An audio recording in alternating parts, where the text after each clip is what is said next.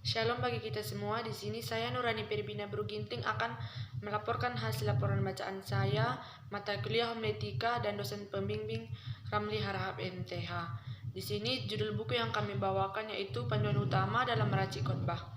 Kita masuk ke dalam pembahasan. Mempersiapkan khotbah kita sama saja seperti mempersiapkan sebuah hidangan makanan ataupun santapan. Karena itu sebagai seorang pengkhotbah harus bisa mempersiapkan khotbah yang baik dan begitu matang dan sangat menarik.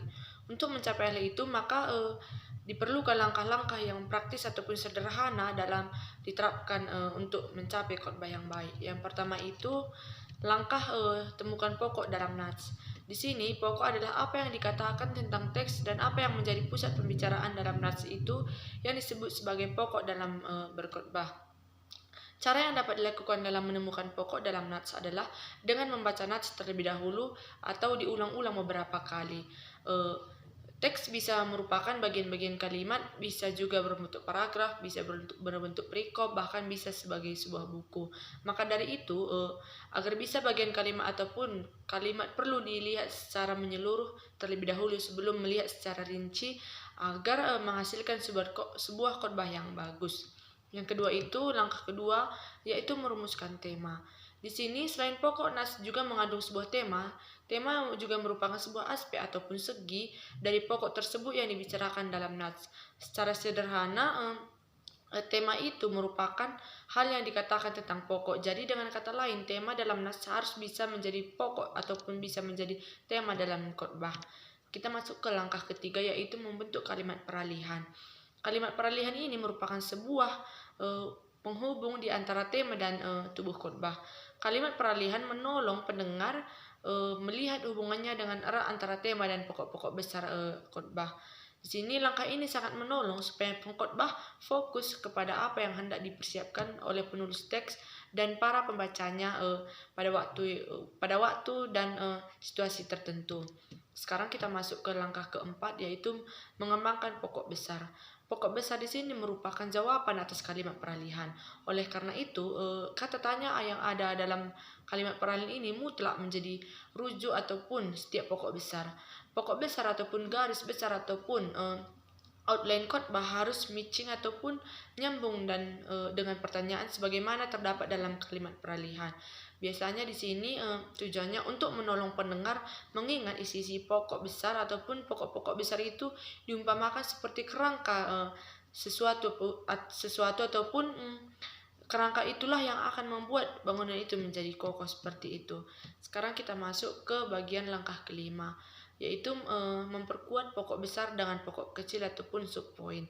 Di sini ada beberapa langkah yaitu yang pertama kita bisa mengetahui bagaimana cara mengembangkan pokok-pokok kecil ini dengan cara yang pertama mempelajari nats khotbah untuk menentukan bagaimana ayat ini menyongkong pokok-pokok besar itu. Yang kedua, subpoint bisa didapat dengan mengajukan pertanyaan seperti mengapa, di mana, siapa, apakah, ataupun kapankah. Yang ketiga, subpoint dapat diperoleh dengan membuat suatu eksposisi dari pokok besar tersebut. Yang keempat, subpoint juga bisa dibuat melalui penceritaan. Bagian B, penerapan praktis. Di dalam kita mempersiapkan khotbah, penerapan akan memakan waktu yang banyak dan usaha dalam pencapaian tersebut. Penerapan yang dipaparkan harus bersifat terukur dan dapat dievaluasi. Penerapan juga sangat penting dalam menentukan dalam menentukan khotbah karena tanpa peranan ataupun khotbah hanya akan berupa teori dan tidak berkenaan kepada Tuhan.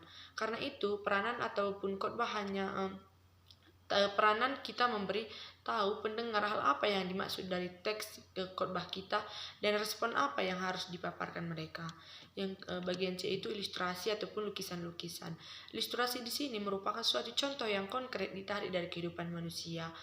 Biasanya ilustrasi ini dipakai di setiap pokok besar. Ilustrasi di sini dapat berupa cerita, analogi, kata-kata bijaksana, dan contoh-contoh kehidupan dan sebagainya. Ilustrasi ini juga dapat kita terapkan melalui bercerita ataupun perumpamaan sebagai khotbah ataupun akan lebih jelas dan lebih mudah ditangkap oleh pendengarnya. Namun di sini kita harus menghindari pemakaian ilustrasi yang terlalu banyak karena bisa saja karena ilustrasi ini memakan waktu yang cukup banyak dan bisa juga menumbuhkan rasa bosan kepada pendengar. Yang bagian D, penerapan. Ada dua aspek yang harus diperhatikan dalam penerapan. Yang pertama itu apa yang harus dilakukan. Di sini setelah selesai berkhotbah kita harus bisa membuat sesuatu dari sisi khotbah kita agar mereka atau pendengar bisa tahu apa yang harus mereka lakukan. Sekarang yang kedua, bagaimana melakukannya. Kita juga harus memberitahu bagaimana mereka melakukannya melalui khotbah yang didengar oleh mereka. Langkah keenam yaitu merumuskan suatu pendahuluan. Pendahuluan di sini merupakan sebuah perkenalan pada pokok khotbah yang akan kita bawakan, karena melalui pendahuluan kita akan menarik perhatian si pendengar sehingga menolong mereka mendengarkan khotbah yang kita bawakan. Yang kedua itu langkah yang ketujuh, menentukan suatu kesimpulan. Penutup ataupun kesimpulan di akhir khotbah itu juga biasanya membuat si pendengar itu merasa menarik ataupun merespon ataupun memberi tanggapan terhadap khotbah kita. Sekarang kita masuk ke petunjuk-petunjuk tentang penyampaian khotbah. Yang pertama itu suara. Di sini titik nada suara, penekanan suara, tempo bicara, jeda, artikulasi dan volume suara kita itu harus jelas.